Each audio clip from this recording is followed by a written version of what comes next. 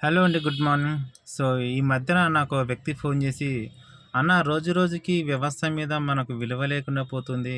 ఎందుకన్నా మొత్తం ఈ వ్యవస్థ ఇలా తయారైతుంది. మనల్నెందుకు ఇంత చిన్న చూపు చూస్తుర్రని" మాట్లాడాడు.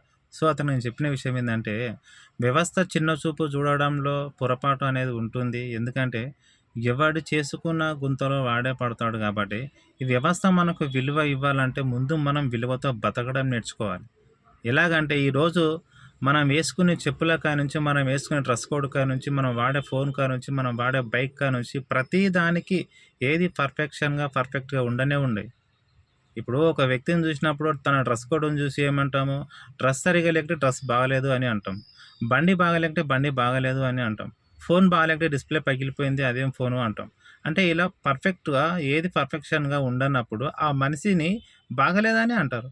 నువ్వు మాట్లాడే విధానం గాని, నువ్వుండే తీరు గాని, నువ్వు నడిచే నడవడిక గాని, వీటన్నిటి ఏది పర్ఫెక్షన్ లేనప్పుడు పర్ఫెక్ట్ కాడనే అంటారు ఎవరైనా సరే.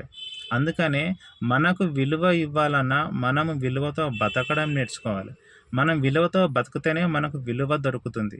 మనమే విలువ లేకుండా బతికినప్పుడు మనకెవడు విలువిస్తాడు? అందుకే నేను చెప్పేదేంటంటే మిత్రులారా, ప్రతి ఒక్కరు ఫస్టు మిమ్మల్ని మీరు అభిమానించుకోండి. మీ డ్రెస్ కోడ్ నీట్‌గుండాలె. మీరేసే చెప్పులు నీట్‌గుండాలె. మీరు వాడే ఫోన్ గానీ, డిస్‌ప్లే ఎక్కడ పగలకుండా ఫోన్ నీట్‌గుండాలె. మీరు వాడే బైక్ గానీ, కొన్ని బైక్‌లను చూస్తే ఓ దానికి ఇండికేటర్ రాదు. ఓ దానికి హారన్ ఉండదు. ఓ దానికి కిక్ పనిచేయదు. ఓ దానికి డోములవుతుంటాయి. ఆ! ఇలా చూసుకుంటే కారు వాడినా గూడంగా కారు గూడా ఒక బండికి లొట్టలుంటాయి.